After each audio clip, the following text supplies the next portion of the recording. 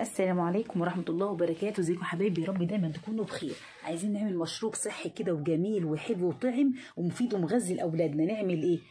عندي شوية فراولة كده اهم زي ما انتم شايفين، كانوا في الفريزر طلعتهم، والرمان. يا سلام على الرمان! ايه الرمان دي؟ الرمان يا جماعة، الرمان. شوية رمان كده طلعناهم كده اهوت من الجراب بتاعهم، يعني في الجراب يا حاوي. جبنا رمان كده وطلعنا منه كده الحب بتاعه، وشويه سكر وشويه فراوله. عايزه تحلي بقى بالسكر ماشي، تحلي بالعسل النحل براحتك، دي حاجه ترجع لك. طبعا الرمان بيبقى فيه ميه كتير، فاحنا مش هنحتاج نحط ميه كتير يعني.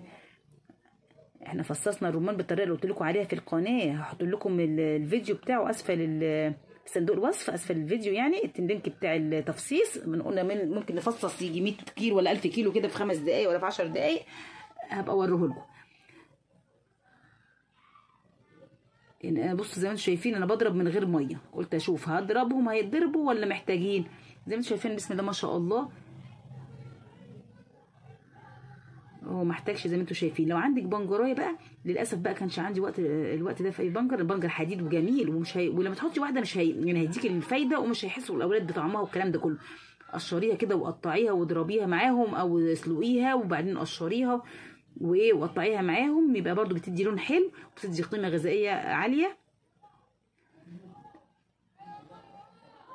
بصوا بسم الله ما شاء الله، ما بيصفاش ولا حاجه يعني. انا حسيت ان هو تقيل قوي فقلت اديله شويه لان انا حطيت على الفراوله والرمان في ميه الرمان، بس الفراوله برده محتاجه شويه ميه عشان يبقى القوام كده تقدري تشربيه، ما يبقاش عامل زي البلوزه يعني. فانت قوام والسكر ده بتظبطيه بمعرفتك، تمام، على حسب ما انت حابه.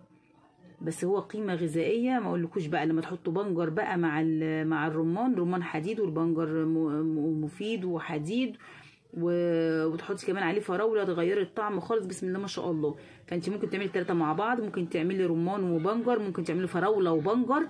كلها دي مشروبات جميله وحلوه، اولادنا بيحبوها. الشاليمو بقى، الشاليمو يا جماعه. يعني جو كده عشان الاولاد بقى وكده. وحطينا في البرميل اللي انتوا شايفينه ده، انت حطي في كوبايات كده حلوه وجميله، والف انا وشفا على قلوبكم. ولو حبيتوا يا جماعه المشروب الجميل ده، ما تنسيش تدوسي اللايك. واللايك مش بفلوس، ده ببلاش ومش بيقعد ومش بيكهرب. بصوا الليمون الجميل ده، اقسم بالله كان عسل عسل عسل. ليمون جميل جميل جميل. هحط لكم برده اللينك اسفل الفيديو في صندوق الوصف. جميل والله العظيم يا جماعه، يقعد من يوم لغايه سنه كده بقوامه وبطعمه.